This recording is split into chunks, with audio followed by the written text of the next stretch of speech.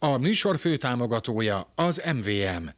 A műsort támogatta a Vízangyal. A tehetségek támogatója a MET csoport. 11 fiatal komolyzenei tehetség 5 országból világsztár zsűri előtt. Ez a Virtuózok Visegrádi 4x+ döntője. Ma este a magyar, cseh, lengyel és szlovák versenyzők mellett olyan fiatal ukrán tehetségek is érkeztek hozzánk, akik a háború miatt kényszerültek elhagyni hazájukat. Ők a klasszikus zene jövője. Minden eddiginél nagyobb zsűri, élükön a világhírű operaénekes Maestro Plácido Domingo. Nagyon megható volt. Hauser. Fejlődsz, minden évben egyre jobb leszel. Nagyon büszkék vagyunk rád. Dimas. Azt hiszem, arra születtél, hogy megváltoztasd ezt a világot. Miklós Erika, Keller András, Plácido Domingo Jr., Gabriela Rachidi, Pablo Sainz Villegas, Harvey Goldsmith.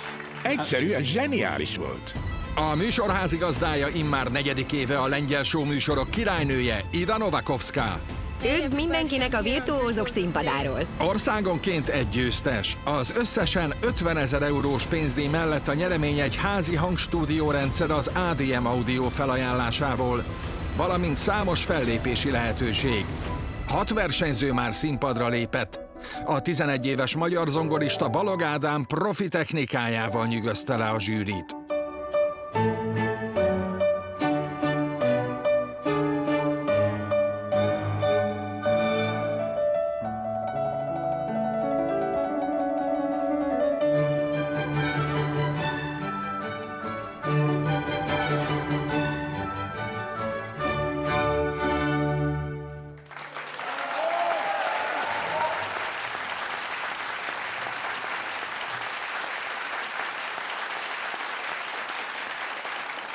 Technikailag abszolút hibátlan. Hihetetlen. Abszolút a mai modern virtuózok emblematikus figurája vagy. Nagyon inspiráló a játékod. És van valami a személyiségedben, ami a zene nyelvén szólal meg. A 18 éves lengyel oboista Małgorzata Czesko egy különleges meghívást is kapott.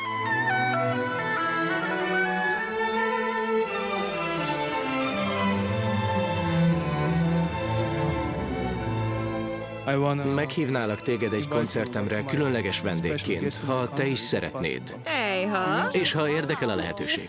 Vigyél magaddal, rendben?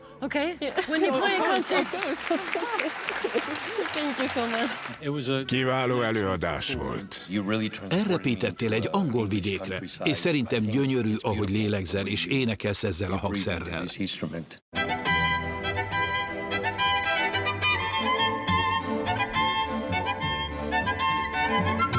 Kateřina Švecová a 18 éves csehegedűs mezitlábas előadásával nyűgözte le a zsűrit.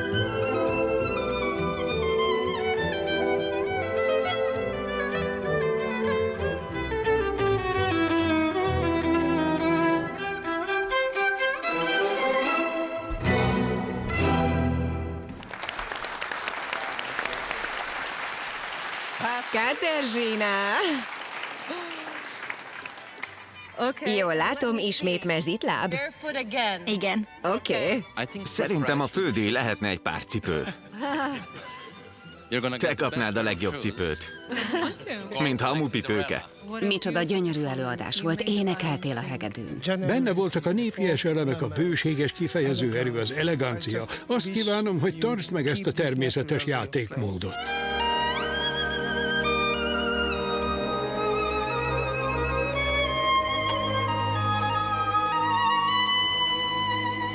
Nina Bocskájová, a 15 éves szlovák hegedűs az előző évben itt a show műsorban kapta ajándékba a hangszerét.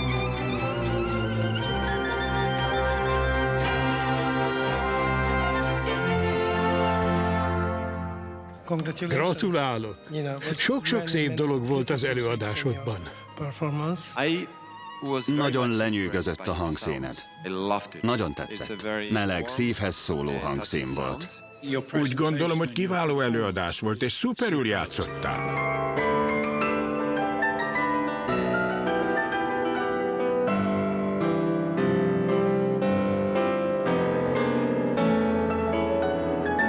Timofij Zserebcov, a 19 éves ukrán zongorista, akinek a háború miatt el kellett hagynia otthonát, arra törekszik, hogy a békét szolgálja a zenéjével.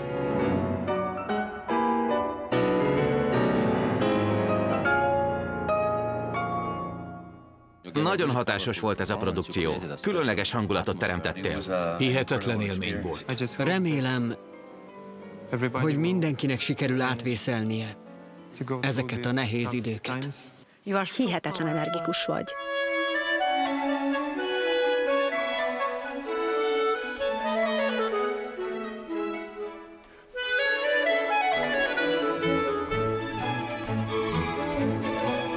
Lugosi Ali, 24 éves klarinétos, még kiskamaszként lett a Komoly Zenei Tehetségkutató széria első abszolút győztese. Most 9 év elteltével versenyzőként tért vissza a Virtuózok nemzetközi színpadára.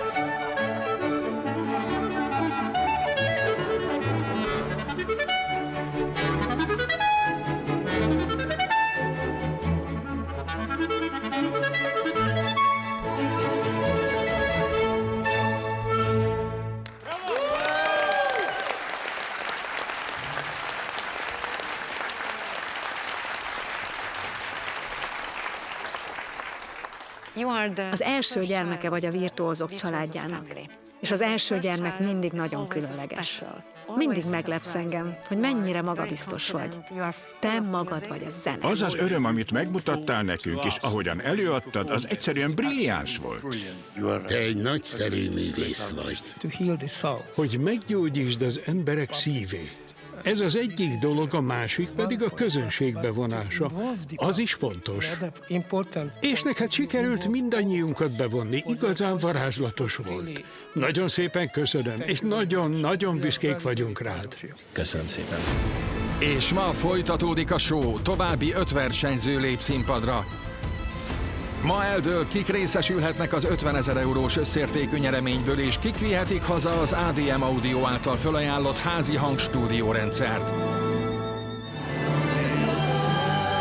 Ráadásként egy eddig sosem látott közös produkcióban a világ egyik legismertebb dala kell életre a színpadon, zsűri tagjaink és ukrán versenyzőink közreműködésével.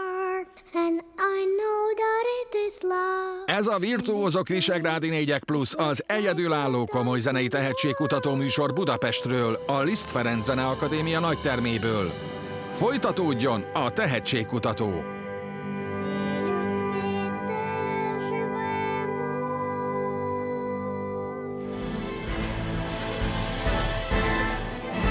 Jó estét! Folytatódik a Virtuózok Visegrádi 4+ műsor döntője. Ma este kiválasztjuk az országonkénti győzteseket a magyar, cseh, szlovák és lengyel versenyzők közül, és lesz 2 különleges vendégünk Ukrajnából is. A verseny hamarosan folytatódik, de előbb lássuk, mit nyerhetnek a legjobbak. Az 5 ország fődíjasainak nyereménye a bruttó 5000 eurós pénzdíj mellett az ADM Audio felajánlásából egy házi hangstúdiórendszer. A műsor győztesei és különdíjasai fellépnek a Concerto Budapesttel a Zeneakadémia nagytermében, emellett több más koncertfelkérés és különdíj is gazdára talál. Az ezüstérmesek nyereménye egy-egy hollóházi porcelánhegedű és egy koncertfellépés a Magyar Rádió zenekarával a Zeneakadémia nagytermében. És most következzék egy igazán különleges előadás, amilyet még nem nagyon láttunk a Virtuózok színpadán. Egy 9 éves kislány, aki az egész világot lenyűgözte bátorságával és a zene erejével. Nem akart híres lenni, ő csak énekel. Miközben egy óvóhelyen várták a bombázás végét. Énekelt, hogy reményt adjon az embereknek, és hogy felettesse magával és társaival a borzalmakat.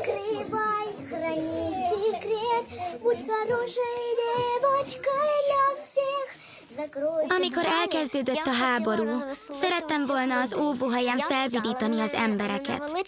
Fogtam egy széket, ráálltam, és elénekeltem a Legyen hó című dalt, és ez nagyon tetszett mindenkinek. Rögtön jó kedve derültek. A nevem Amelia Anisovics, 9 éves vagyok, Ukrajnába jöttem, és énekelek. Bemutatom Ameliát. Szia! Mondd, hogy üdv mindenkinek. Üdv mindenkinek! Ma a Legyen hó című dalt fogom énekelni a Jégvarázsból.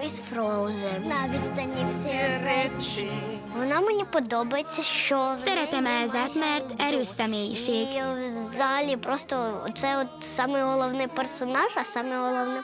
És minden erős személyiséget kedvelek.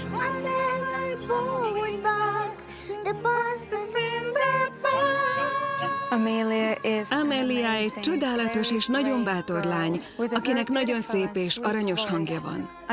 Azt hiszem, a legnagyobb erénye az eltökéltsége, hogy fénnyel és gyönyörű zenével töltse meg a világot. Ezért nagyon örülök, hogy együtt énekelhetünk. Az első próba Elinával nagyon jó volt. Voltak kisebb problémáink, de sikeresen megoldottuk őket.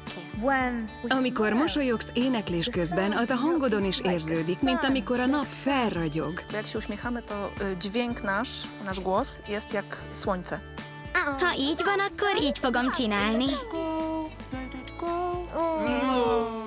Let it go, let it go.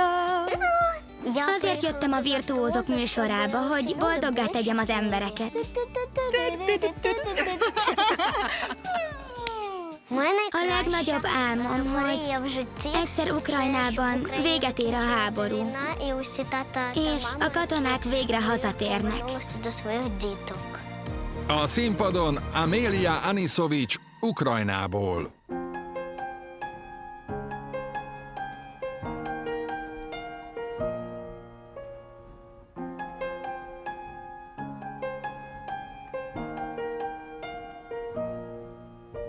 The snow glows white on the mountain tonight, not a footprint to be seen. A kingdom of isolation, and it looks like I'm the queen. The wind is howling like the swirling storm inside. Couldn't keep it in, heaven knows I tried. То схаменись, то доведи, ти хороша і буде так завжди. Сховай свій дар душі на дно. Вже все одно, на волю шугне воно. Все одно, я здолала все. Хай женуть, хай цураються, хай кругом зима, та холоду я не лякаюся.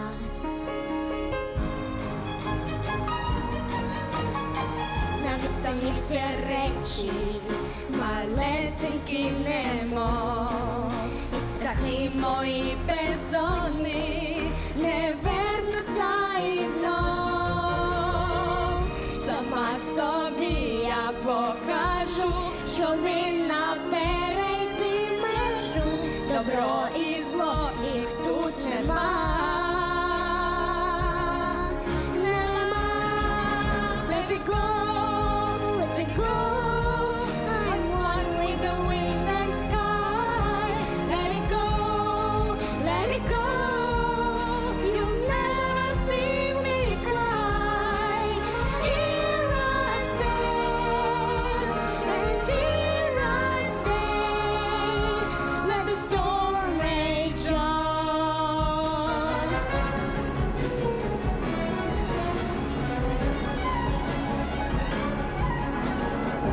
My power flows through the air into the ground.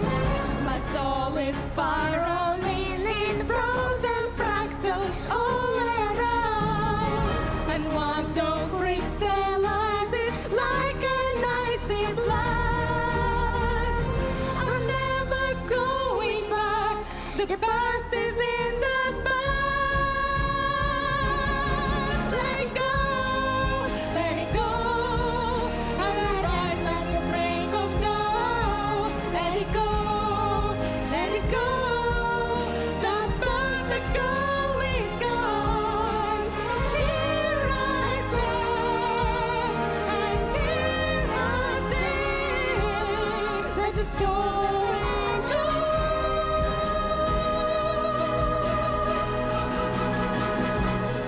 Та в холоді зараз моя душа.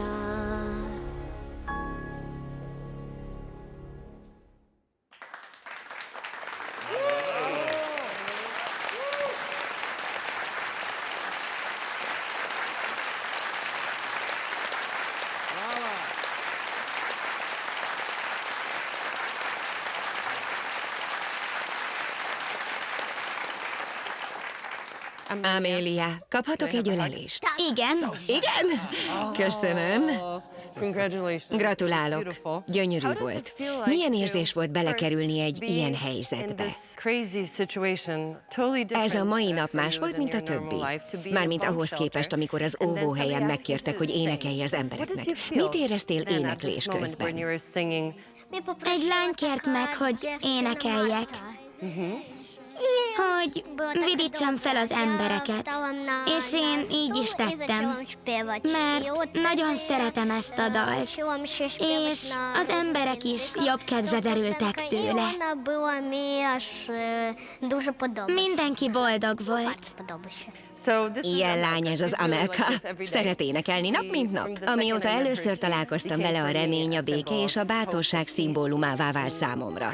Erika, milyen érzés volt látni Amélia ragyogó előadását? Egy ugyanilyen korú lányom van, mint te vagy, szóval ez nagyon megindító volt a számomra. Egy igazi angyal vagy, aki hatással tud lenni az emberekre, aki meg tudja nyitni a lelküket. És ez a legfontosabb dolog, hogy képes vagy megnyitni a szíveket, a lelkeket, mert erre most nagyon nagy szükségünk van. Megleptél. Hálás vagyok a tehetségedért. Azt hiszem, arra születtél, hogy megváltoztasd a világot. Szóval remélem, hogy hamarosan nagyon-nagyon híres leszel. Köszönöm. Nagyon szép hangod van, és nagyon szép magas. És tudom, hogy ez ritka a te korodban. Egy nagyon nehéz dalt választottál, széles hangkészlettel. De az a legfontosabb, hogy mindig szívből énekelj. Hiába a technika és az előadásmód, lehet akármilyen gyönyörű hangod, de szívből kell énekelni. És te most pontosan ezt tetted. Köszönöm szépen.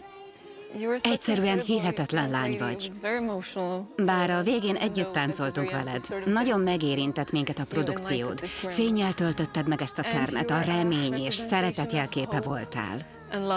Nem egy könnyű helyzet ez a mostani, de az élet soha nem könnyű. A történelem tele van nehéz pillanatokkal, és te most emlékeztettél minket arra, hogy ilyenkor itt van nekünk a zene. A zene olyas valami, ami képes meggyógyítani és boldoggá tenni az embereket. Köszönjük, hogy emlékeztettél minket arra, hogy szükségünk van a zenére és a fiatal generációra. Hölgyeim, nagyon köszönöm mindkettőtöknek. Gyönyörű volt és megható.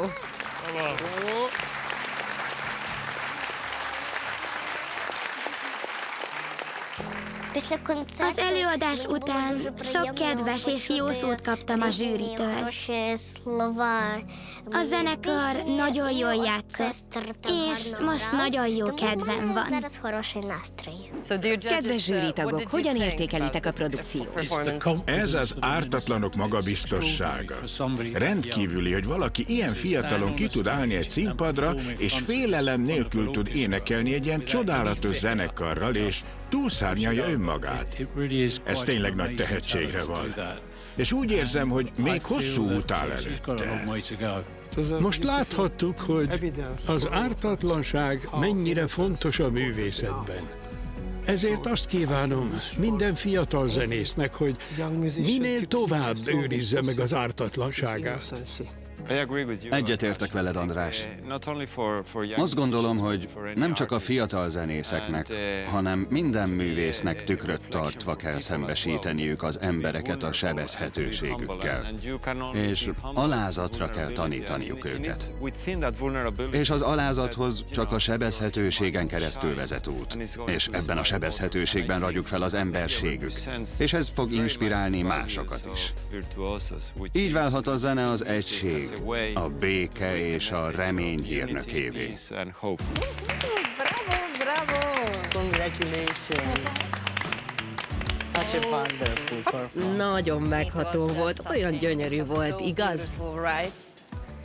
Igen, nagyon. Amélia, gratulálok. Ez a zene ereje. Megmutattad, hogy a zene az egész világot összeköti. Gyönyörű előadás volt. Szerintem Elsa imádná a ruhádat. Te is így gondolod? Hát persze. Persze. Hát persze. Milyen volt Elinával énekelni? Nagyon jó volt. Elinának gyönyörű hangja van. Köszönöm, Amelia. Neked is gyönyörű, tiszta hangod van, és csodálatos a színpadi jelenléted. Hiszem, hogy csodálatos, fényes pályafutás előtt állsz. Nehéz feladat, de itt az idő, hogy döntsetek Amélia pontszámairól. Kérlek titeket, hogy írjátok le a neki ítélt pontszámokat.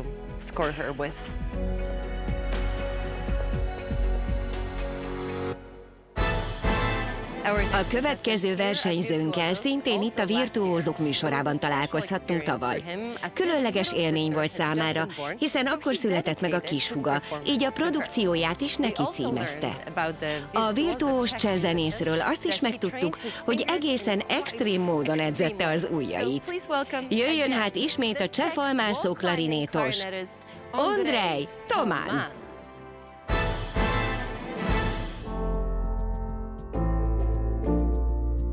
A nevem Ondrej Tomán, klarinéton játszom. 17 éves vagyok és Csehországból jöttem. Szabadidőmben nagyon szeretek sportolni. Például mászni, mert ez erősíti az ujjaimat. És ez segít a klarinétozásban. De más hangszereknél is előny lehet.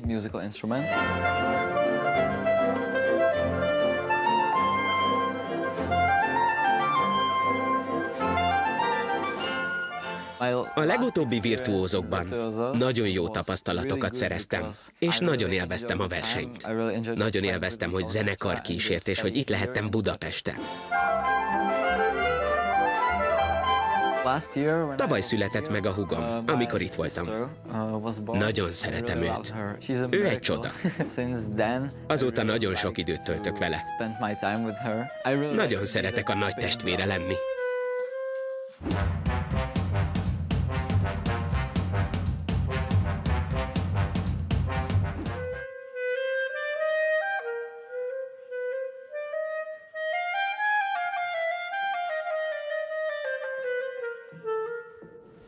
Szervusz! Jó napot! Megtiszteltetés számomra, hogy egy klarinétos mentora lehetek.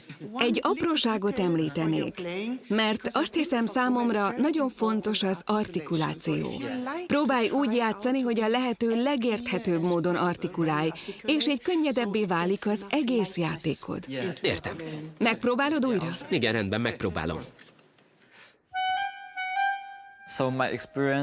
Élveztem a munkát a mentorommal, Dent Bogdányi asszonnyal. Nagyon hasznos tanácsokat adott a produkcióval kapcsolatban, és nagyon örülök, hogy találkozhattam vele, mert nagyszerű művész és nagyszerű ember. Szerintem Ondrej nagyon tehetséges klarinétos. Sok mondani valója van. Nagyon nyugodtnak tűnik a színpadon, nem izgul, csak előadja a történetét. Ez nagyon fontos, és minden jót és sok szerencsét kívánok neki. Nem akarok Katerzsina ellen versenyezni. A célom csak annyi, hogy jól érezzem magam Budapesten. Élvezzem a saját fellépésemet és a többiekét is, és talán még tanuljak is valami újat. A színpadon Ondrej Tomán Csehországból.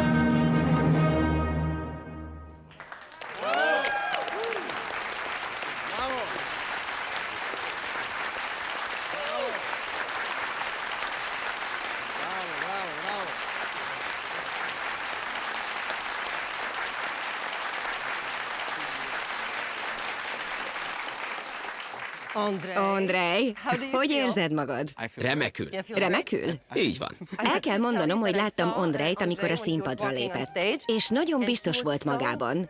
Jó értelemben persze. Mintha tudná, hogy ez most jó móka lesz. Mintha egy buliba készülne, a saját buliába. Hát ilyen az ő bulia. Gratulálok, nagyon tetszett. Köszönöm szépen. Hogy van a hugod? Nagyon jól. Mennyi idős? Pontosan 16 és fél hónapos. Majdnem 17. Szoktál zenélni neki? Na. És szereti? Igen. Eleinte nem nagyon érdekelte, de most már tetszik neki.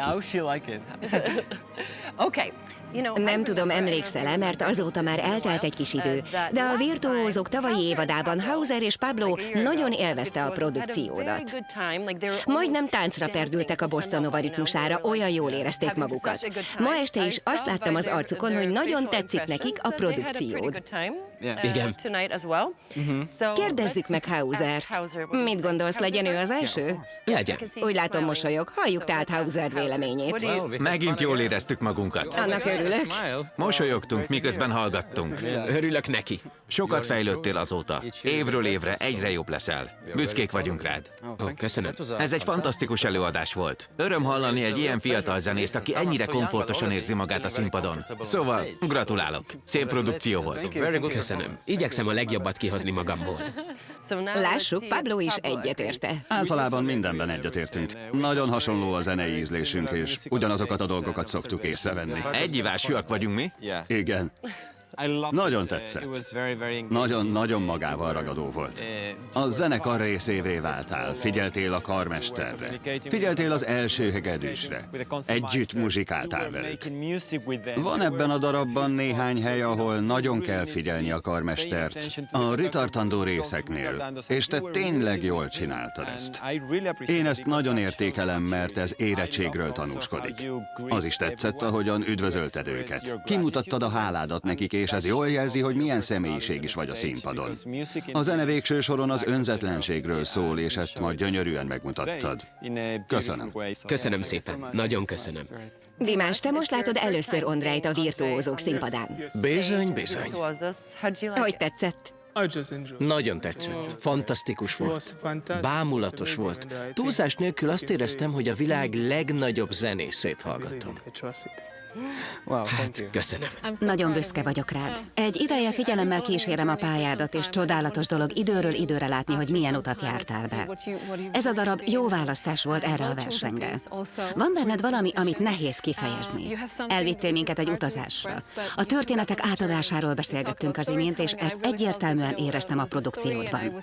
Egy történetet hallottunk, mindig el tudtam képzelni, hogy mi történik éppen. És ott voltam vele, csodálatos voltál. Köszönöm szépen. Kivételes zenész vagy. Nem csak játszottál, hanem tényleg előadtad a darabot, és mindenkit meggyőztél. Engem teljesen elvarázsoltál. Lenyűgözött a produkciód. Bár tudod magadról, hogy milyen jó zenész vagy, mégis alázatos vagy. Együtt lélegzel a hangszerrel, és bár szólistaként léptél fel, mégis a zenekar szerves része voltál. Tökéletes volt az összhang. Nem tudom, hányszor próbálta el ezt a darabot a zenekar, de hiába próbálják el akár 100-szor is, amikor együtt kell játszanotok, az már más dolog, ugye tudod? Köszönöm. Úgy gondolom, hogy az előadásmód nagyon fontos, és segített, hogy ezt a darabot már korábban játszottam. Jó, inkább csak fogadd el a dicséretet. Oké, nagyszerű vagy, brává!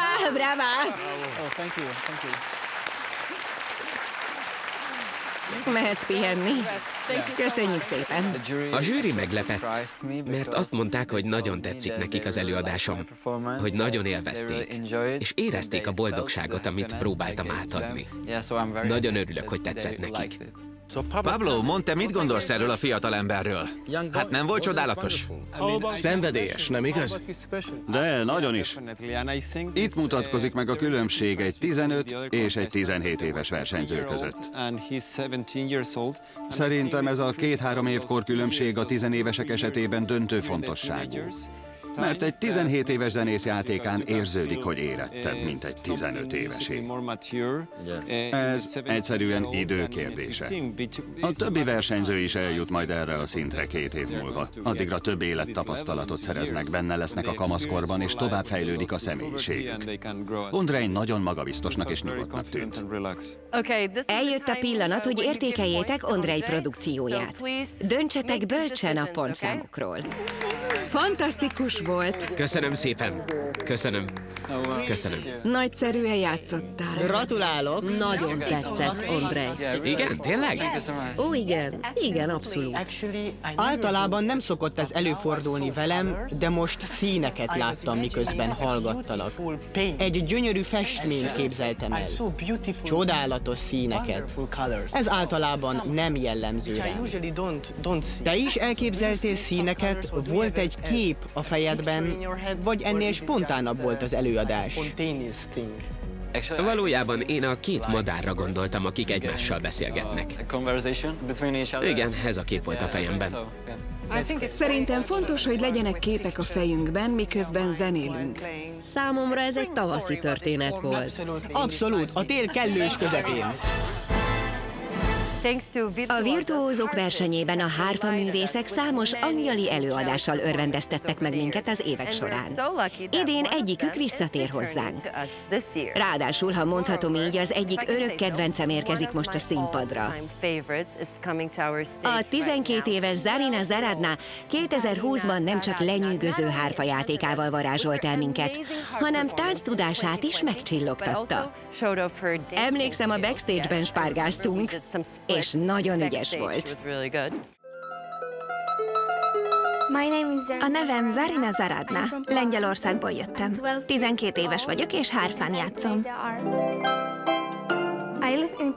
Poznanban élek, és online tanulok hárfázni, mert a tanárom Varsóban él.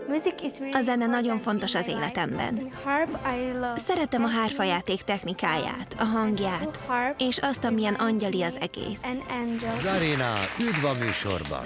4 évvel ezelőtt voltam a virtuózokban. Nagyon örültem, hogy a zsűritagoktól pozitív visszajelzéseket kaptam. Végtelen természetességgel játszottál az egyes frázisok dinamikájával. Mindenképpen angyalian játszol, és azt hiszem mindannyiunkat lenyűgöztél. És nagyon örülök, hogy újra találkozhatok Idával. Legutóbb táncoltunk is egy kicsit, mert mindketten nagyon szeretünk táncolni. Bravo! Na akkor én is lemenjek spárgába? Adj egy pacsit! Azóta úgy gondolom, hogy a hangzásom és a technikám is fejlődött. Jobb a színpadi jelenlétem. Úgy érzem, jobban tudok kommunikálni a közönséggel. Zarina, üdvözöllek. Bemutatom a Pannon filharmonikusokat. Gyere! Nagyon szeretek ezzel a zenekarral játszani. A zenészek nagyszerűek, és a karmester nagyon kedves. Drágám, fantasztikus vagy! Mindannyiunkat álomba ringattál. Azt érzem, hogy nagyon figyel rám. Segít, hogy a legjobbat hozzam ki magamból. Csodálatos vagy. Gyönyörű volt. Nagyon izgatott voltam, hogy találkozhatok a mentorommal, Petárral, mert tudtam, hogy tavaly egy másik hárfás lány mentora volt. Nagyon szimpatikus nekem. Vigyázz a ritmusra, így csináld. Csak ne siess, élvezd ki minden pillanatát. Büszke vagyok arra, hogy újra itt lehetek. Annak is örülök, hogy ismét egy hárfás versenyző mentora lehetek. Ez tökéletes. Bravo! Még egyszer. Szép, bravo! Szerintem Zarina egy igazán nagyszerű zenész. Azonnal megértette, amit kértem tőle. Tavasz van és repülsz. Szárnyalsz az égben. Paganini az egyik legnagyobb hegedű virtuóz. És úgy gondolom, hogy a hárfán is csodálatosan szól a zenéje. Szerintem ez a darab tökéletes választás ebbe a műsorba. Nagyon örülök, hogy ezúttal a családom is velem van. Boldogsággal tölt el, és biztonságban érzem magam. A jövőben hivatásos hárfaművész szeretnék lenni. Számomra az a legfontosabb, hogy a zsűri előtt játszhatok. Szeretném jól érezni magam közben, és szeretném, ha a közönségnek emlékezetes előadást tudnék nyújtani. A színpadon Zarina Zaradna Lengyelországból.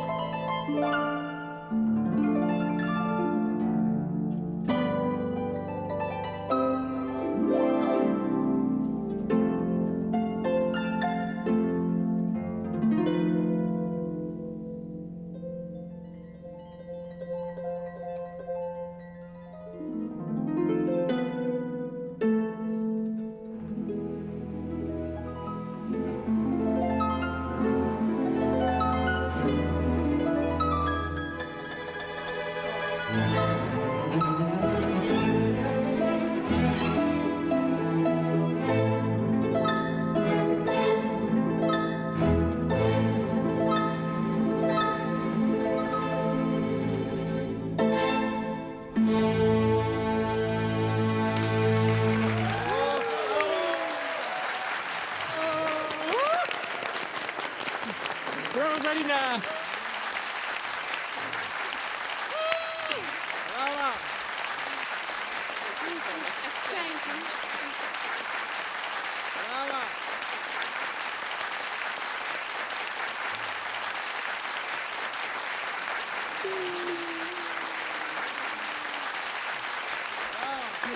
Hűha!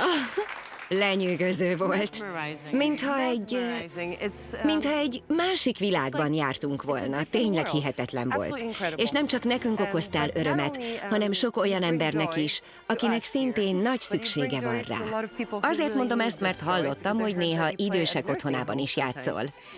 Igen, néha. Elmeséled, hogy is van ez? Néha segítek egy idősek otthonában. Nagy öröm nekem, hogy ott zenélhetek. Néhány évvel ezelőtt még gyakrabban csináltam. De most már egyre ritkábban. Helyette inkább jótékonysági rendezvényeken veszek részt. Így segítek. Nos, ennyi. Zarina szeret segíteni. Sokszor fellépett idősek otthonában, ami nagyon különleges számára. Szerintem nagyon megható, amikor egy ember ilyesmit ad egy másik embernek. Zarina vigaszt nyújt nekik. És nagyon örülök, hogy te képviseled az országunkat ebben a versenyben. Most pedig szeretném kikérni Placido Domingo Jr. véleményét a produkcióról. Köszönöm szépen. Mindenek előtt egy nagyon nehéz hangszerről beszélünk, de olyan bájosan és csodálatosan játszol rajta, mintha a részed lenne. És a hangok, amiket előcsalsz belőle, lenyűgözőek. Szerintem gyönyörűen játszol. Mint mondtam, csodálom, ahogyan játszol a hangszerrel, és ahogyan megszólaltatod, mert nem hiszem, hogy én bármikor képes lennék eltalálni a megfelelő húrt. Szóval minden tiszteletem és csodálatom a tiéd, mert ez egy nagyon nehéz hangszernek tűnik. Nagyon szépen köszönöm. Gratulálok. Hauser, hogy érezted magad? Szeretnék gratulálni. Nagyon hatásos volt ez a produkció. Különleges hangulatot teremtettél, és a varázslatos hangok világába kalauzoltál minket. Szép volt. Köszönöm szépen. Köszönöm. Már az is varázslatos, ahogy Zarina leül a hárfával, hát még amikor elkezd játszani rajta. Hihetetlen számomra, hogy ennyire tehetséges. Kíváncsi vagyok, hogy mit gondol Gabriella. Zarina, látjuk, ahogy fejlődsz, és ahogyan többen mondták, nagyon angyali vagy. De idén egy másik énedet ismerhettük meg. Úgy érzem, hogy felnőttél. Kész hölgy lettél. El sem hiszem, hogy csak 12 éves vagy. És ez a darab is más színeket, más hangszínt és más dinamikát mutatott meg a játékodból. Olyan szépen játszottad azt a lágy részt. Aztán megmutattad az erőt és a szenvedélyt is. Teljes mértékben ura vagy a hangszernek. Kézzenész vagy 12 éves testben. Kommunikálsz a zenekarral, a karmesterrel. Lenyűgöző. Remélem, hogy csatlakozol hozzánk a fesztiválunkon. Szívesen látnálak az előadók sorában. Gyere el hozzánk, és mutatkozz be a cseh közönségnek. Köszönöm. Köszönöm. Akkor azt hiszem, én is utazom Csehországba. Kezd megtelni a naptáram. Nem tudom, hogyan fogok eljutni az összes koncertre. Pablo, láttam, hogy bólogatsz, miközben Gabriella beszélt.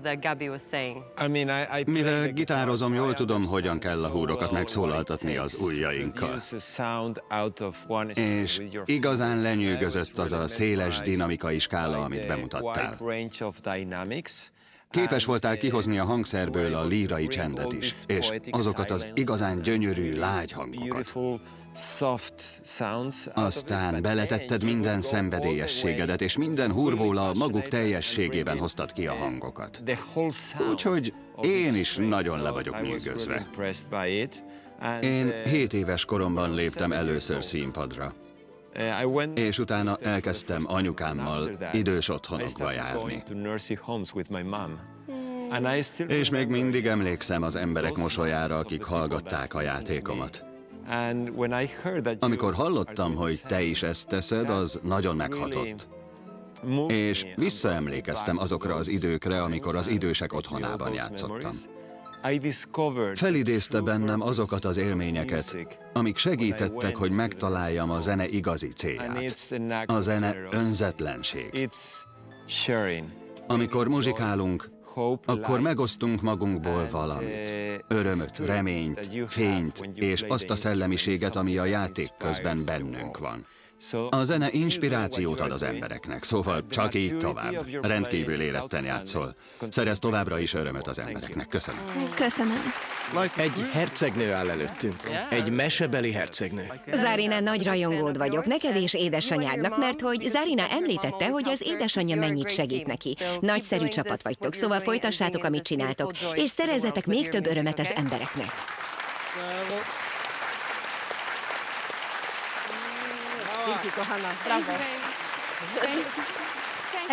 Azt hiszem, elégedett vagyok, mert nagyszerűen játszottam. El sem hiszem, hogy Gabriela meghívott a fesztiváljára. Annyira örülök és hálás vagyok neki. Alig várom, hogy felléphessek. Most pedig értékeljétek Zarina Zaradna produkcióját. Az értékelőlapokat az asztalon találjátok. 1-től 10-ig terjedő skálán tudtok értékelni.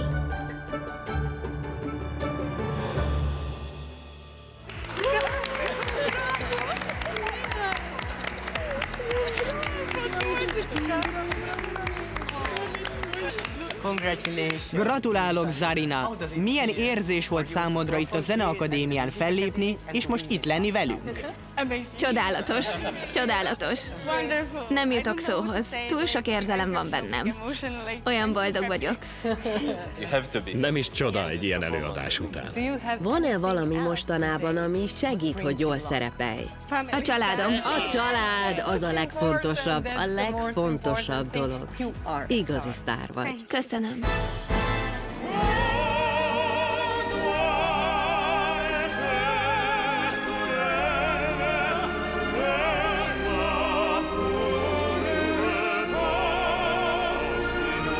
A múlt héten 2 zsűritagunk, Maestro Domingo és Dimas énekeltek egy csodálatos duettet. Ezúttal pedig Hauser és Pablo Sainz Viegas duettjét szeretnénk önöknek bemutatni.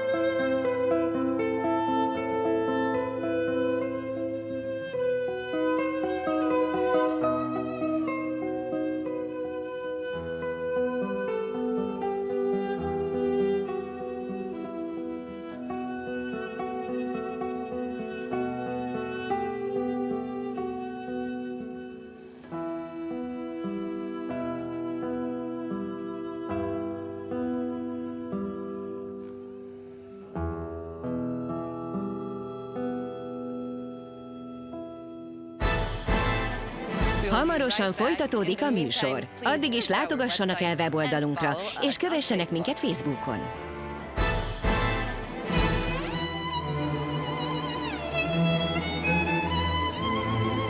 Mostantól a barátod vagyok. Nagyon megleptél. Ez egy nagyon nehéz darab. Nagyon büszke vagyok rád. Rengeteget fejlődtél. Könyvben hábadt a szemem. Te vagy a 21. század hegedű művésze. Egyszerűen nincsenek rád szavaim. Őrületes. A szenvedélyed, az érzelmeid.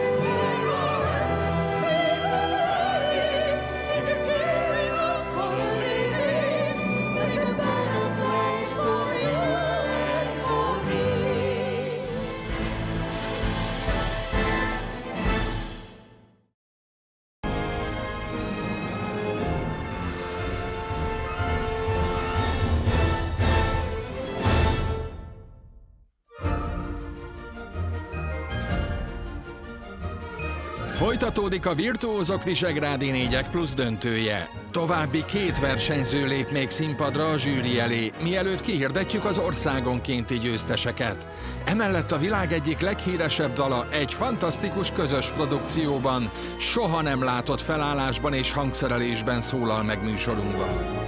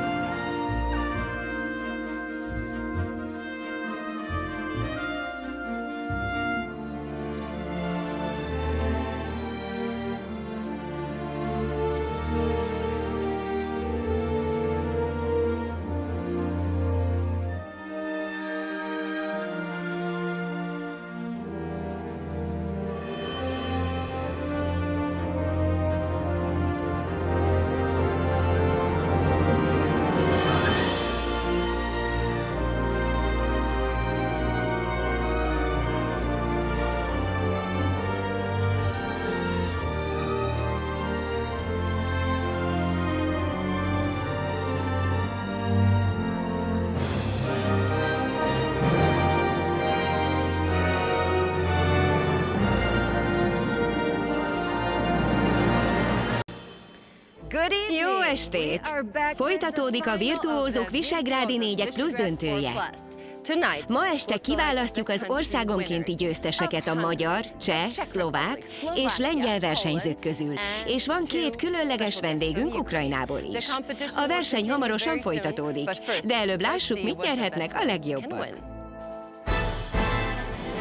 Az 5 ország fődíjasainak nyereménye a bruttó 5000 eurós pénzdíj mellett egy házi hangstúdiórendszer az ADM Audio felajánlásából.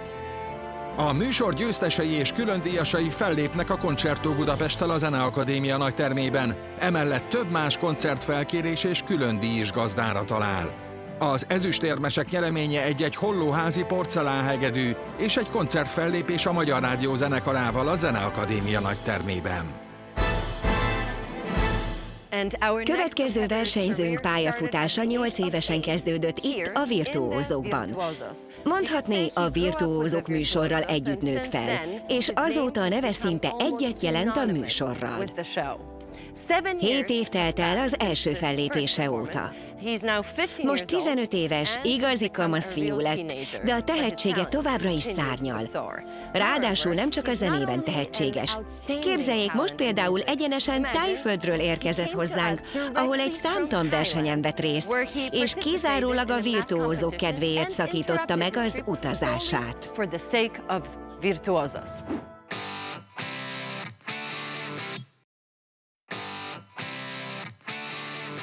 Theo Gertler vagyok. 15 éves vagyok, és Szlovákiából jöttem. Hegedűn játszom, mégpedig azért, mert szeretem, hogy mindig valami új dolgot csinálhatok vele. Ez az, amit szeretek ebben a hangszerben. Negyedik alkalommal veszek részt ezen a versenyen. Nagyon szerencsés vagyok, hogy létezik ez a műsor. Rendkívüli kisugárzásod van a színpadon. Ez végigkísért az életemen. Különleges jelentéssel töltötted meg a zenét. Bravo! Nagyon köszönöm. Sok minden történt, mióta 8 éves koromban először jártam itt. Nagyon sok koncerten játszottam, amiket nagyon élveztem. Az egyik legfontosabb természetesen az volt, amelyiken Andrea Bocellivel léptem fel. Az igazán remek volt. És persze az összes koncertet említhetném Maestro Placido Domingóval. Minden egyes koncert nagy élmény volt. A Maestroval különleges a kapcsolatunk. Imádok vele játszani, imádok vele zenélni, és általában együtt lenni vele. Nagyon-nagyon jó érzés. Sok minden változott, de a személyiségem lényege nem változott. Fiatalabb koromban a zene számomra egyet jelentett a tiszta boldogsággal. Most már sokkal, de sokkal többet jelent. Hello, Theo! Hogy vagy? Nagyon jól. Rég találkoztunk. Régen bizony. Bogányi Gergelyt nagyon régóta ismerem. Hadd hallgassak bele egy kicsit. Rendben. És sok koncerten voltunk együtt. Bizonyos értelemben könnyű csoda gyereknek lenni, de nagyon nehéz csoda felnőtté válni. Azt akartam mondani, hogy az első frázis után van az az A-moll akkord ott abban a nagyon magas regiszterben. Igen, igen. És aztán jön egy másik frázis, te pedig összekötöd a kettőt. Talán ez lenne egy olyan hely, ahol elférne egy lélegzetvétel. Jó, rendben. Megpróbálom.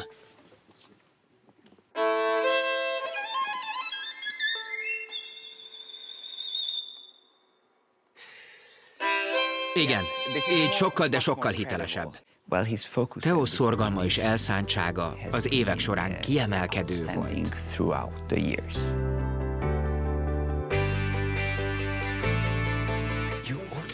Teremts kapcsolatot néha a karmesterrel, vagy más zenészekkel. Jó benyomást kell. Ne csak mindig magadban zenélj. És ne vedd túl komolyan. Köszönöm. Azt hiszem, minden zenész álma, hogy a színpadon megossza minden mondani valóját. Az egész történetet. Ez minden zenész álma. A színpadon Theo Gertler Szlovákiából.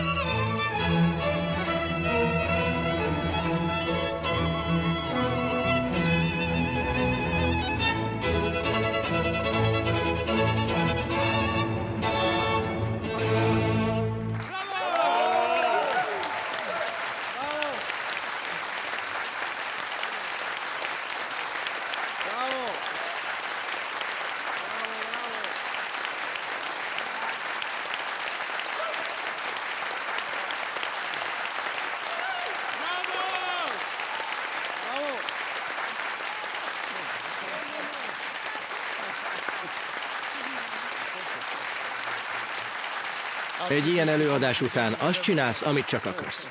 Monsieur, ne meneküljön.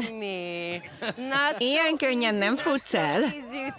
Azt hiszed, elengedlek? Az nem ez a műsor. Először is, alig ismertelek meg. Akkor találkoztam Teóval, amikor még kisfiú volt. És most már nem kisfiú. Egy kamaszfiú, sőt egy férfi, egy fiatal ember. Szinte hihetetlen, de beszéljünk másról is. Mi történt Tájföldön? Megnyerted a matek versenyt? Bronzérmet szereztem, szóval nem sokon múlt. Bravo! Szóval ki vagy te? Theo Gertler vagyok, hegedűs. És igyekszem a legjobbat kihozni magamból. Mindent megteszel, ami tőled telik. Köszönjük! Maestro Plácido Domingo, hogy látod, kihozta magából a legjobbat, Theo? Egyszerűen nem jutok szóhoz. Könnybe lábadt a szemem. Nem sok újat mondhatok róla, mert már 7 vagy 8 éve ismerem. A gyermekből most kamasz lett, aki nem gyermek többé. Azt hiszem, inkább Andrást kellene megkérni, hogy beszéljen helyettem. Hogy miért érzek így most. Te vagy a 21. század hegedűművésze. Tényleg? Köszönöm. Igen, nem tudom máshogy mondani. Szeretnélek annyit hallgatni, amennyit csak lehet. És valószínűleg a tavalyi koncert után lassan újra felléphetnénk együtt. Igen. Úgyhogy köszönöm. Egyszerűen nincsenek rád szavaim. Nem jutok szóhoz. Őrület. A szenvedélyed, az érzelmeid, a technikád elképesztő volt. Nagy megtiszteltetés, hogy hallhattalak zenélni. El kellene jönnöd Kazaksztánba. Koncertezni akarok veled szerte a világon. És remélem, hogy a zenetörténelem egyik leghíresebb művésze leszel. Isten adta neked ezt a tehetséget, és a szüleid, a családod is sokat segített neked. Ez egyben felelősség is. Meg kell mutatnod a tehetségedet világszerte a közönségnek.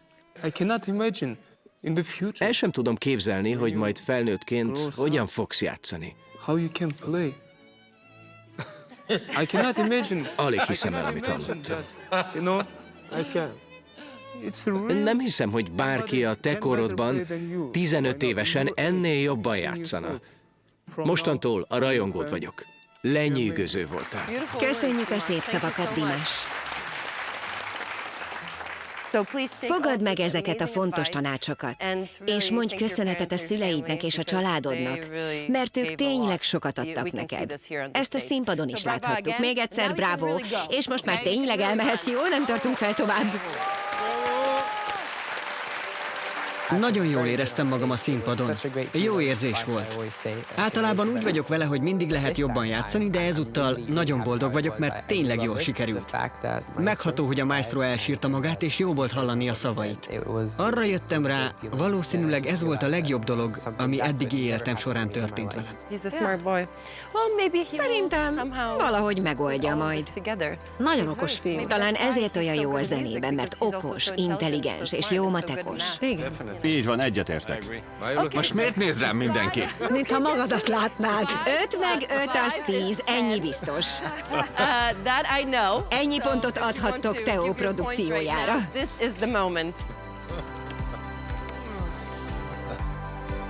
De jó ég!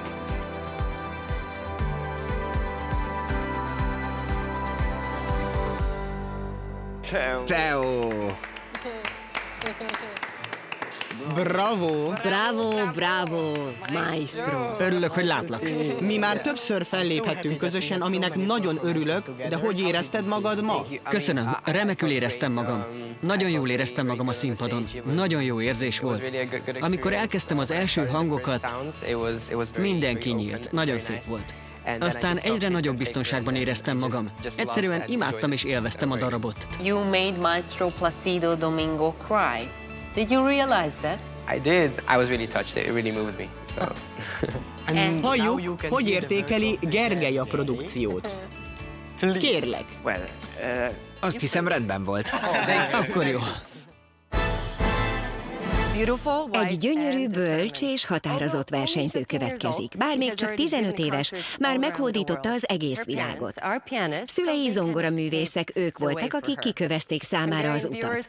A magyar nézők 2016-ban találkozhattak vele először, ahol akkor 7 évesen teljesen elvarázsolta a zsűrit. 2 évvel később a döntőig jutott, és külön díjat nyert. A család rendszeresen koncertezik Ausztriában, Egyiptomban és több arab országban, ahol sztárként tisztelik őket. De hamarosan látni fogjuk, hogy bárhová is sodorja az élet, az ifjú hölgy szívének egy része mindig Pécsen fog maradni. Következzék Mariam Abuzara Magyarországról. Istenem, de A zene mindig is fontos része volt az életemnek. Először 2016-ban jelentkeztem a Virtuózok műsorába. Mariam, van valami benned, ami annyira megérinti az embert. Tovább jutottál.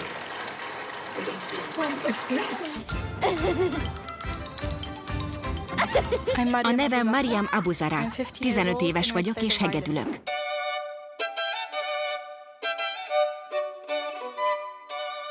Négy éve tanulok a Bécsi Zene és Előadó Művészeti Egyetemen, Dóra Schwarzberg professzorasszony osztályában. Egy kicsit alacsony, jó? Oké, de nem baj. Hogy van az ütemezés nálad? Mennyit gyakorolsz naponta? Próbálok így az iskolaidőben 4-5 órát, és akkor nyáron tudok többet, ilyen 6-7. Na, le a kalappal. Mutasd a kis ujjad. Ó, hosszabb, mint az enyém. Anyukám magyar, apukám egyiptomi. Én Németországban születtem, és most már 4 éve Bécsben élek. Szia! Most indulunk innen az Olnai negyedből, jövünk, mindjárt ott vagyunk nálad. Szeretek visszajönni Pécsre. Itt Pécset él egy nagy része a családomnak, köztük a nagymamám. Nagypapámnak a családja is itt él, csak ő meg Budapesten. Te drága, itt vagy. Itt az egész família. Nekem szükségem volna, hogy lássam is őket. Nagyon büszke vagyok rá. Mindkét szülőm zenész, zongoristák. A nővérem Amira pedig hegedűn játszik. Így mindig láttam, ahogy gyakorolt. Tulajdonképpen az egész családom zenél. Nem tudom elképzelni az életemet zene nélkül. Bemutatom nektek Mariam Abuzarát. Azóta sok minden történt. Felvettek a Bécsi Zene és Előadó Művészeti Egyetemre. 10 éves voltam akkor. Emellett részt vettem sok mesterkurzuson és fesztiválon. Például a Verbier Fesztiválon is felléptem. Engem, mint ígéretes művészt hívtak meg. Azért döntöttem úgy, hogy részt veszek az idei virtuózok versenyen, mert itt nemzetközi szinten is bemutatkozhatnak a fiatal tehetségek. Emellett a műsornak rengeteg nézője van a televízióban és az interneten. Érezd jól magad a színpadon, és dzsokózok. Nem vagyok ideges, de nagyon izgatott vagyok, hogy eljátszhatom Brahms gyönyörű hegedű versenyét.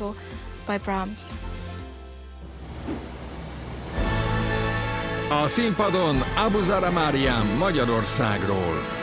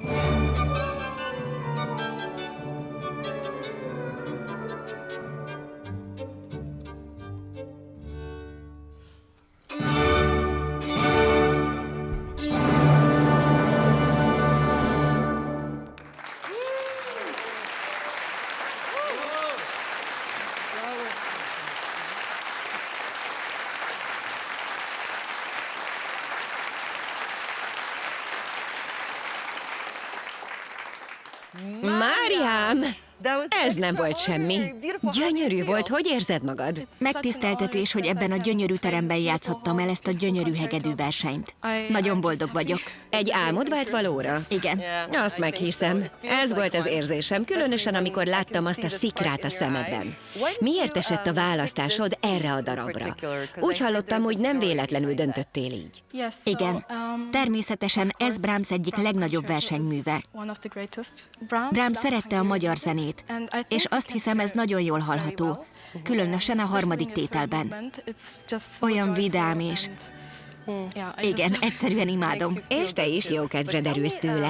De mondj néhány szót a nagymamádról, mert ő is különleges helyet foglal el a szívedben. Jó, mondhatom magyarul? Persze. Nagyon köszönöm, hogy mindig itt vagy nekem és velem, és hogy mindig segítesz, és nagyon várom, hogy újra találkozhassunk. Ez igazán kedves tőled. Remélem, hogy a zsűri is olyan büszke rád, mint a nagymamád és én, mert mi vagyunk a legnagyobb rajongóid. Hadd kérdezzem először Hausert. Láttam, hogy alig bírt magával, miközben hallgatott, így biztos vagyok benne, hogy sok jó szava lesz hozzád. Mariam, ez fantasztikus volt. Nagyon megleptél. Ez egy nagyon nehéz darab, de hibátlanul adtad elő. Pedig milyen fiatal vagy. Igazán büszke lehetsz magadra. Köszönöm. Nagyon lenyűgözött a technikád, a virtuózitásod, és az, hogy ilyen fiatalon, ilyen kiváló hegedű művész vagy. Itt az ideje, hogy még több játékkal és történettel töltsd meg a zenét. Mutass meg többet a zene karakteréből. Mutass nagyobb kontrasztokat. A darab részei különböző történeteket mesélnek el. Próbálj meg még szélsőségesebb lenni, mutass több karakter, több szint és több textúrát. De nagyon jó úton jársz, és néhány éven belül a világ egyik legnagyobb hegedű művésze leszel. Köszönöm. Én láttam, hogy csinálja ezt a dolgot, amire utaltál. Együtt mozgott a zenével. Még többet kell csinálnia. Hát jó, ha Hauser ilyet mond, az azt jelenti, hogy te már képes vagy a következő szintre lépni. Hogy már benned van ez az egész pa-pa-pa-pa dolog. Halljuk, mit mond neked András? Nagyszerű előadás volt, Mariam. Mint tudod, én is hegedűművész vagyok. És ez tényleg az egyik legnehezebb darab, amit hegedűre írtak. Tényleg. És te hihetetlenül magas szinten adtad elő. Teljes magabiztossággal, könnyed technikával, fantasztikus intonációval. Nem is kívánhattam volna többet. Szóval nagyon-nagyon szép volt. Készen állsz Maestro Placido Domingo értékelésére? Igen. Rendben, akkor halljuk. Boldog voltam, amikor 7 éves korodban vezényelhettelek. És most egy nagyszerű és egészen kiváló zenész áll előttünk. Örülök, hogy ezt a zenét választottad, ami nagyon közel áll ehhez az országhoz, a magyarokhoz. Köszönöm. Köszönjük szépen. Az utolsó értékelés pedig Erikáé lesz. Nagyon büszke vagyok rád. Egy igazi ajándék látni, hogy a szemünk láttára nősz fel. Egyre virtuózabb vagy, és rengeteget fejlődtél. Nem csak a ruhád, de te magad is ragyogsz a színpadon. Köszönöm. Gratulálok, tényleg csodálatos voltál. Köszönjük ezt a gyönyörű előadást. Nagyon jól éreztem magam a színpadon. A hangulat nagyon kellemes volt. Nagyon boldog voltam, amikor Keller András felajánlotta, hogy adjuk elő együtt a teljes Brahms hegedű versenyt. Drágaság, gyönyörű volt. Gyönyörű. Fantasztikus látni, hogy itt van a családod és támogat téged. Hogy érezted magad? Azt hiszem, az ő energiájukat a színpadon is érezhetted. Igen, édesapám ma ide repült Egyiptomból. Így van. Az, hogy Brahms zenéjét hallhattuk ebben a teremben, igazán különleges élmény volt. És az is, hogy Mariam ilyen fiatalon előadta ezt a darabot, szinte hihetetlen. Tényleg csodálatos élmény volt. Hamarosan összesítjük a pontszámokat, és kiderül, kik a nyertesek. De előtte egy igazán különleges előadás következik. A Virtuózok produkció mindenkor elkötelezett a béke mellett. Ezt hivatott kifejezni a következő határokon átívelő produkció is. Egy világhírű dalt hallhatunk Pejcsik Péter zeneszerző különleges átiratában. Hölgyeim és uraim, kérem üdvözöljék a Virtuózok színpadán a zsűri tagjait, a mentorokat és a Pannon Filharmonikusok zenekarát különleges vendégeinkkel, a fiatal ukrán tehetségekkel együtt. Gyógyítsuk meg a világot a zene, az emberiség közös nyelve segítségével. Egy dal, amit világszerte mindenki ismer. Mindenki a maga módján szólaltatja meg a közismert dalokat. Egy dal, ami megváltoztatta a világot. Michael Jackson Heal the World című dalába különböző komoly zenei motívumokat fűzve megmutathatjuk, hogy ezek az eltérő elemek hogyan illeszkednek egymáshoz. Egy különleges hangszerelésben. Ráadásul nagyon komoly üzenete van annak, hogy most ugyanazokkal a problémákkal küzdünk, mint a 70-es és 80-as években. Remélhetőleg, ha egyszer meggyógyítjuk a világot, mindannyian testvérek lehetünk, és nem lesznek ellenségek. Csak itt és most, a virtuózok számára, a virtuózok szereplőivel. There's a place in your heart, and I know that it is love. And this place, it was brighter than tomorrow. And if you really try, you'll find there's no need to cry. In this place, you'll feel there's no hurt or sorrow. There are ways to get there if you care enough for the living. Make a little space, make a better place. Heal the world, make it a better place for you and for me and the entire human race. There are people dying. If you care enough for the living, make a better place for you and for me.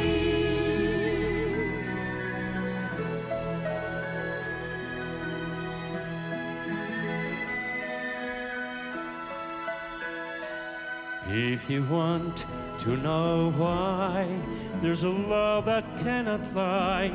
Love is strong, it only cares of joyful giving. If we try, we shall see. In this bliss we cannot feel. Fear of dread, we stop existing and start living. Then it feels that always love's enough for us growing. Oh, make a better world, make a better world. See the world, make it a better place for you.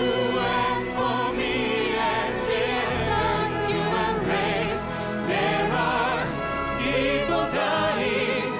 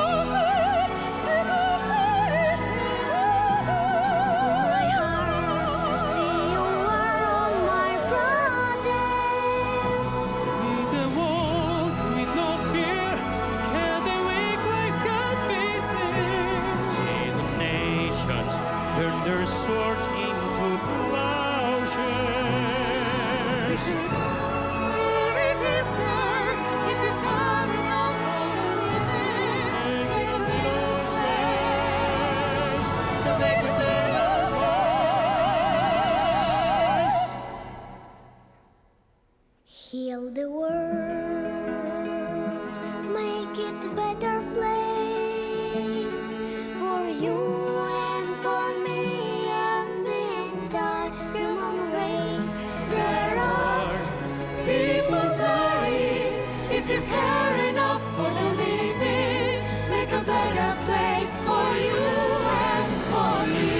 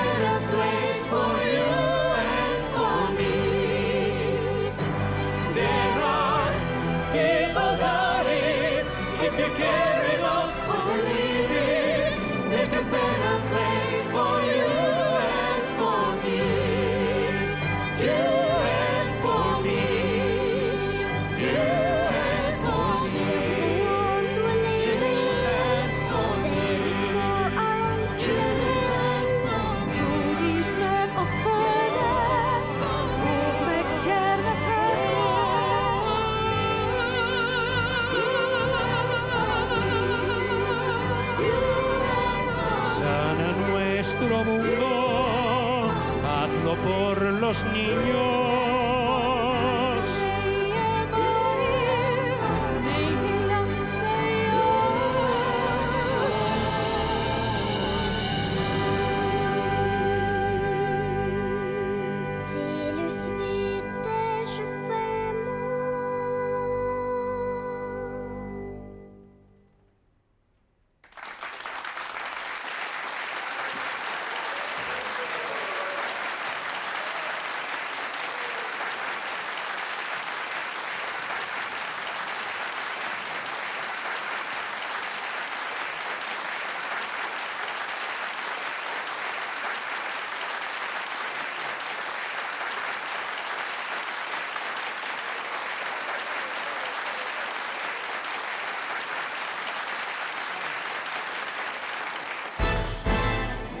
Nagyon fontos, hogy gondoljunk a jövőnkre.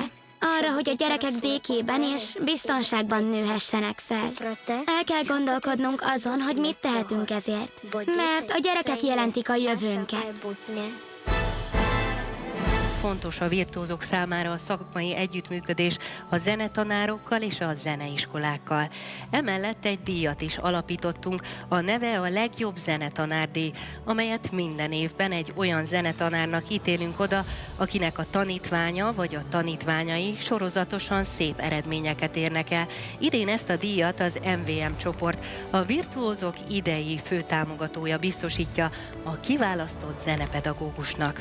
Felkérem tehát tisztelettel Mátrai Károlyt, az MVM vezérigazgatóját, és Peller Mariant, a virtuózok alapítóját, hogy adják át az MVM Legjobb Zenetanárdíjat professzor Dóra Schwarzbergnek, aki a Bécsi Zeneművészeti Egyetem professzora, és a virtuózokban van két kiváló tehetségünk, akiket már bizonyára ismernek, Abuzarán Mariam és Abuzarán Amira, az ő tanítványa. Tehát köszöntsük nagy tapssal, mert megérkezett professzor Dóra Schwarzberget.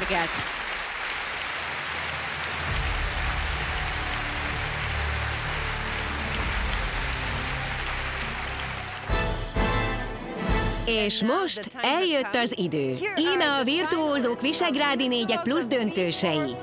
Köszöntsük őket tapssal!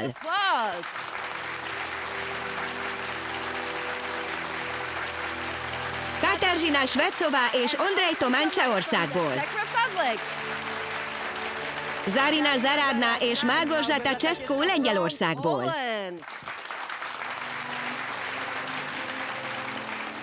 Nina Bocskájová és Theo Gertler Szlovákiából. Mariam Abuzara, Balog Ádám és Lugosi Ali Magyarországról.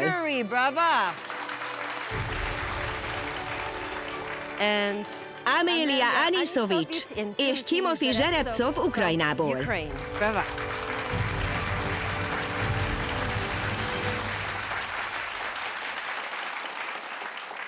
Most pedig felkérem Maestro Plácido Domingót, a zsűri elnökét, hogy mondja el záró értékelését a mai versenyről.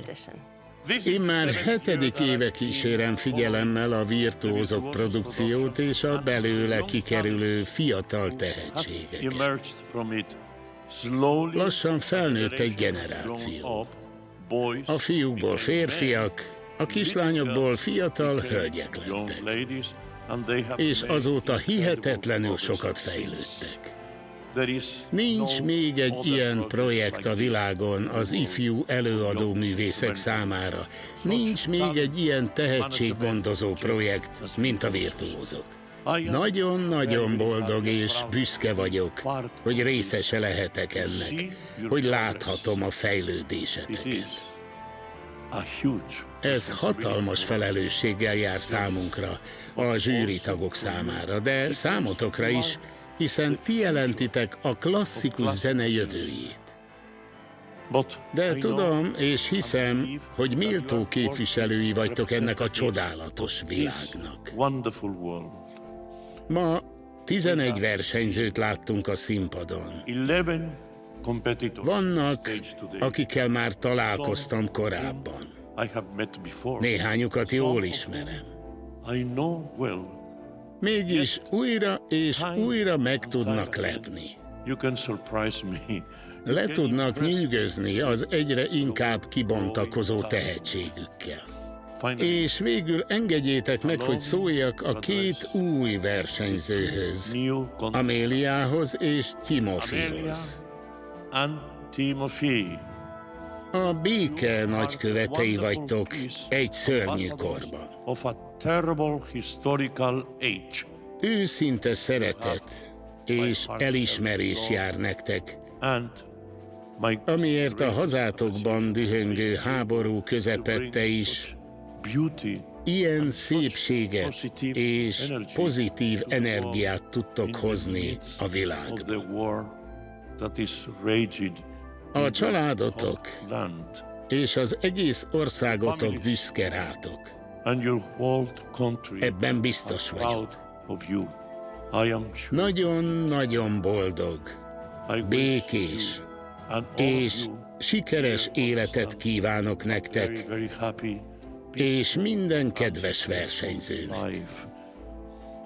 Bármi is lesz a pontozásunk eredménye. Tudnotok kell, hogy itt nincsenek vesztesek. Mindannyian nyertesek vagytok. Nagy tapsot a döntősöknek.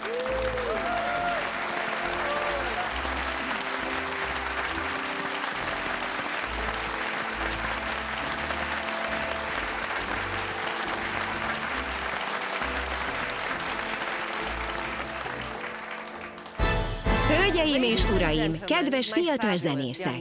Eljött az idő. Azonnal kiderül, kik a virtuózok Visegrádi 4-ek plusz nyertesei. De van itt valaki, aki egy különleges meglepetéssel készült a számotokra. Maestro Plácido Domingo egy külön díjat ajánlott fel, amelyhez egy fellépési lehetőség tartozik magával, a Maestroval. És ennek a különleges díjnak a nyertese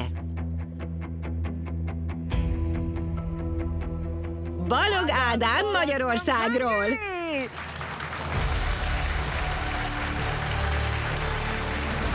A díjat a Maestro fia Plácido Domingo Jr. adja át. Fogadják szeretettel! És persze a Maestro is csatlakozik természetesen. Maestro Plácido Domingo és Plácido Domingo Junior adja át a Virtuózok Visegrádi 4+ külön díját Balog Ádámnak. Balog Ádám. Köszönöm, uraim. Ádám, kérlek, maradj még itt velünk a színpadon, mert ma este még sok-sok meglepetésben lesz részünk. Például, hogy Miklósa Erikától is kapsz egy külön díjat. Ez is egy fellépési lehetőség, fantasztikus zsűritagunkkal, Erikával.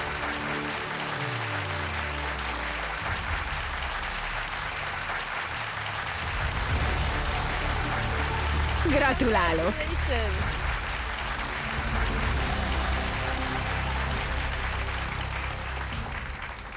És van még egy meglepetésünk, mert még egy külön díj fog gazdára találni. Ez a külön díj a zsűritagunktól, Keller Andrástól származik. A nyeremény pedig egy közös koncert Andrással. Hogy ez milyen különleges lehetőség, azt a versenyzők tudják a legjobban. A külön díj nyertese tehát Mariam Abuzara! Mariam, köszöntünk újra a színpadon! Megkérem Keller Andrást, hogy adja át a díjat Mariamnak. Mariam!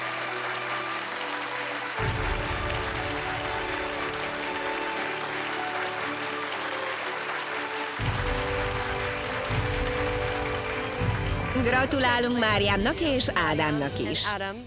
A csodálatos kezdés után folytassuk a díjátadót, és térjünk át rögtön a győztesekre. Lássuk, kik lesznek a Virtuózok Visegrádi 4+ nyertesei. Nos, hölgyeim és uraim, kedves zenészek! Lássuk, hogy a két cseh versenyző közül kinyeri a szuperdöntőt, és az 5000 eurós fődíjat, az egyéb díjakat, és a különleges fellépési lehetőségeket. A Virtuózok Visegrádi 4+ győztese Csehországból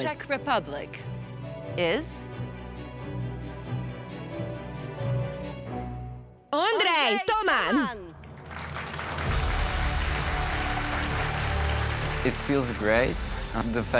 Nagyszerű érzés, hogy a verseny győztesei között vagyok. És azért is nagyszerű érzés, mert nem számítottam rá. Hihetetlen érzés. Remélem, hogy a szüleim büszkék lesznek rá. Azt is remélem, hogy tetszett nekik a produkció. A nyereményt valószínűleg a zenei pályafutásom építésére fogom fordítani. A díjat Roy Fu, a műsor kínai befektetője adja át. Üdvözlünk a színpadon!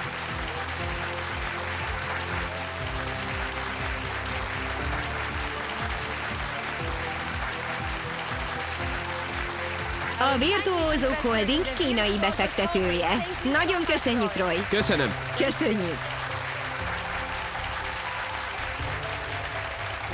Lássuk tehát, hogy a két lengyel versenyző közül kinyeri a szuperdöntőt.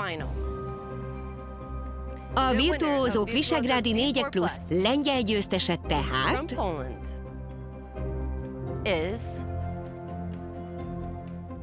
Zarina Zaradna! A díjat pedig a zsűri elnöke, Maestro Plácido Domingo adja át.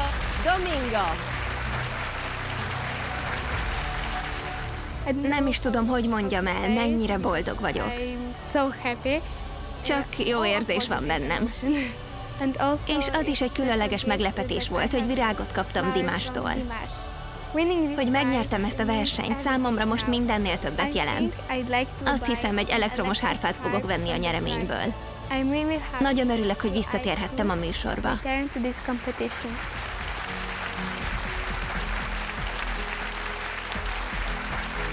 Zarina Zaradna, Lengyelországból. A Virtuózok Visegrádi 4+ győztese. És most a szlovák versenyzők következnek. Melyik lesz a két csodálatos zenész közül a Virtuózok Visegrádi 4+ győztese? A szlovák győztes Theo Gertler!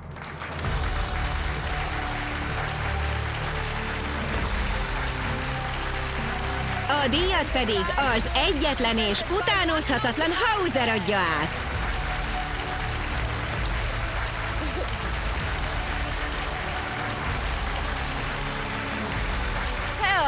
A Virtuózók Visegrádi 4x+ győztese Szlovákiából, tehát Teo!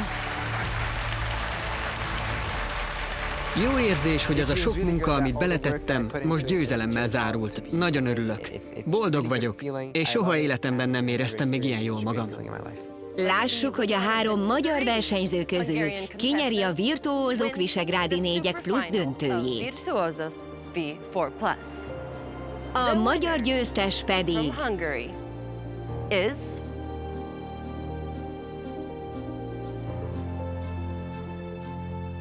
Lugosi Ali! Ali, gratulálok! Ali díját Keller András adja át. Üdvözlünk a színpadon, András!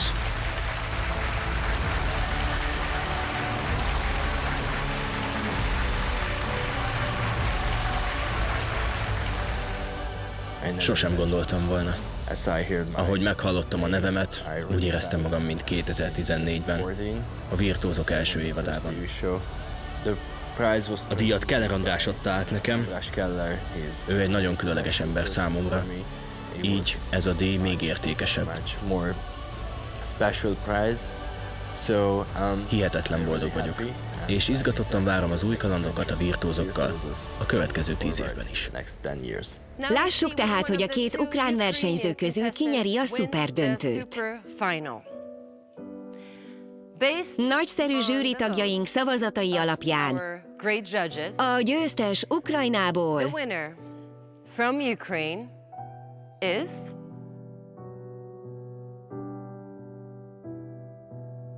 mint már említettük, idén olyan fiatal zenészeket hívtunk meg a műsorba, akiknek az országukban dúló háború miatt el kellett hagyniuk hazájukat, Ukrajnát. Mivel egy háborúban nincsenek győztesek, mi itt a Virtuózók versenyében azt szeretnénk, ha ma este mindketten győztesek lennétek.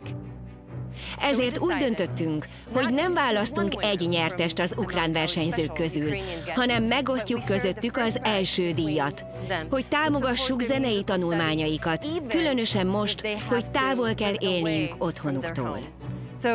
Gratulálok nektek, Timofey és Amélia! Ma este mindketten győztesek vagytok! És mindketten 3000 eurót vihettek haza. Gratulálok! Ezt a különleges díjat pedig Teller Marian, a Virtuózók alapítója és producere, valamint Harvey Goldsmith zsűritagunk adja át. Üdv a színpadon!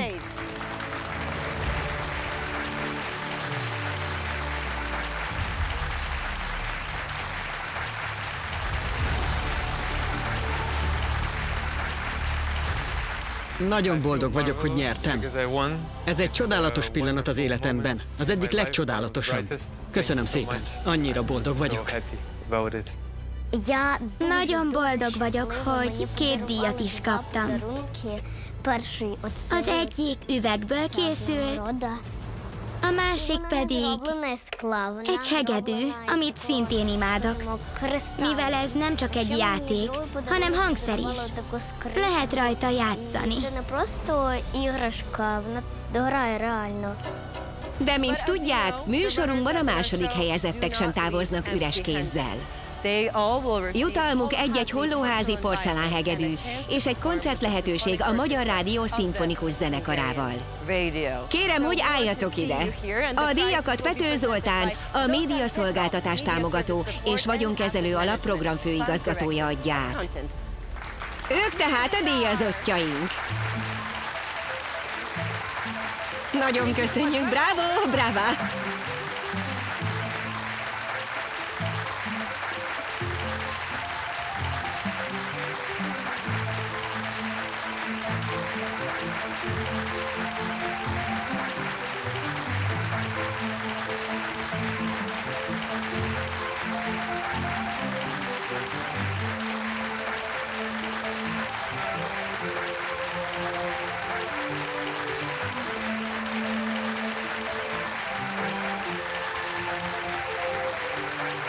Köszönöm szépen. A színpadon a virtuózok díjazottjai.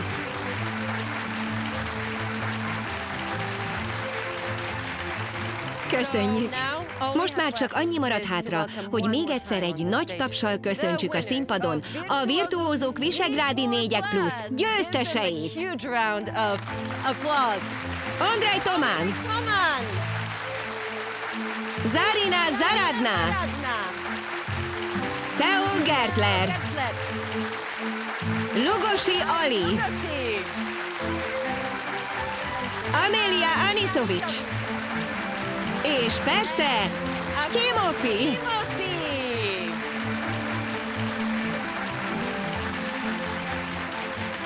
Ez volt a Virtuózók Visegrádi 4 plusz. Köszönjük a figyelmet! Köszönet a fiatal versenyzőknek, a kedves mentoroknak, a kiváló zenészeknek és szakembereknek, és természetesen a lenyűgöző zsűrinek és mindazoknak, akik hozzájárultak ehhez a fantasztikus produkcióhoz. Köszönöm, és remélem, hogy hamarosan találkozunk.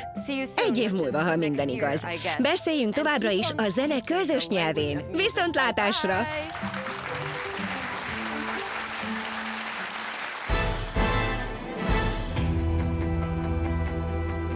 A nyertesek átvehették továbbá Erdei János ügyvezető igazgatótól az ADM Audio díját is, és a vele együtt járó professzionális ADM hangstúdiórendszert.